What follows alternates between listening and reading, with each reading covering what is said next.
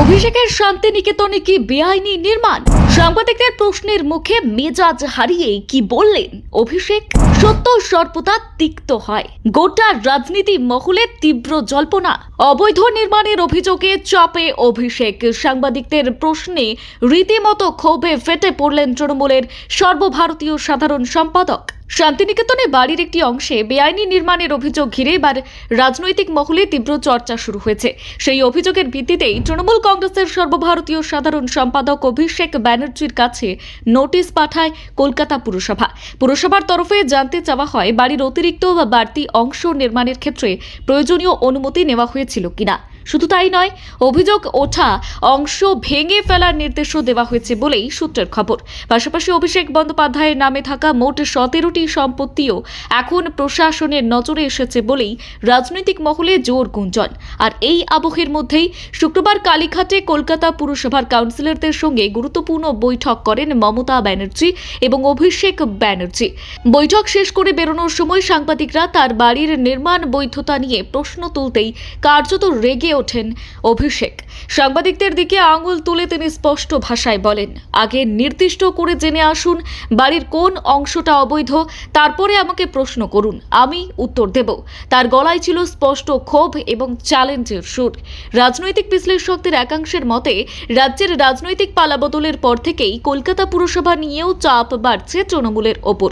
পুরসভায় ভাঙনের আশঙ্কা এবং রাজনৈতিক অনিশ্চয়তার আবহেই দলের কাউন্সিলরদের নিয়ে জরুরি বৈঠক ডাকেন মমতা বন্দ্যোপাধ্যায় এবং অভিষেক বন্দ্যোপাধ্যায়। শুক্রবার বিকেল 4টের মধ্যে কলকাতা পুরসভায় সমস্ত কাউন্সিলরদের কালীঘাটে পৌঁছতে বলা হয়েছিল।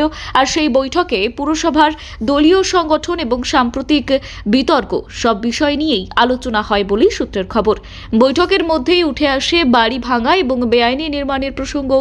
সূত্রের দাবি, সেখানে মমতা বন্দ্যোপাধ্যায় স্পষ্ট বলেন, কোনো বাড়ি ভাঙতে গেলে নির্দিষ্ট আইনি পদ্ধতি মেনে চলতেই হবে। তার বক্তব্য অনুযায়ী কাউকে নোটিশ না দিয়ে হঠাৎ করে বুলডোজার চালিয়ে দেওয়া যায় না। অভিযোগ থাকলে প্রথমে শুনানি করতে হয়, অভিযুক্ত পক্ষের বক্তব্য জানতে হয়, আইনি মতামত নিতে হয়। সব নিয়ম মেনে তবেই প্রশাসনিক পদক্ষেপ করা উচিত। তিনি অভিযোগ করেন, বর্তমানে গাজোয়ারি মনোভাব নিয়ে কাজ করা হচ্ছে। এই ঘটনার পর রাজনৈতিক মহলে নতুন করে জল্পনা শুরু হয়েছে। কারণ তৃণমূলের সাম্প্রতিক রাজনৈতিক ধাক্কার পর থেকেই দলের অন্তরেই অভিষেক বন্দ্যোপাধ্যায়কে ঘিরে চাপা অসন্তোষ প্রকাশ আসতে শুরু করেছে।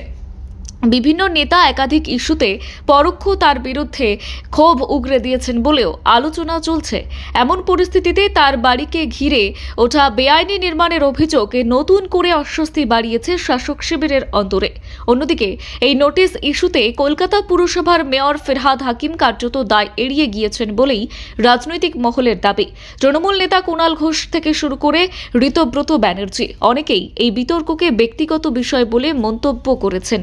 ফলে দলীয় নেতৃত্বের একাংশ এই যে ইস্যু, সেই ইস্যুতে প্রকাশ্যে মন্তব্য করতে চাইছেন না, তা একেবারেই স্পষ্ট। ব্যুরো রিপোর্ট, গলসি বার্তা।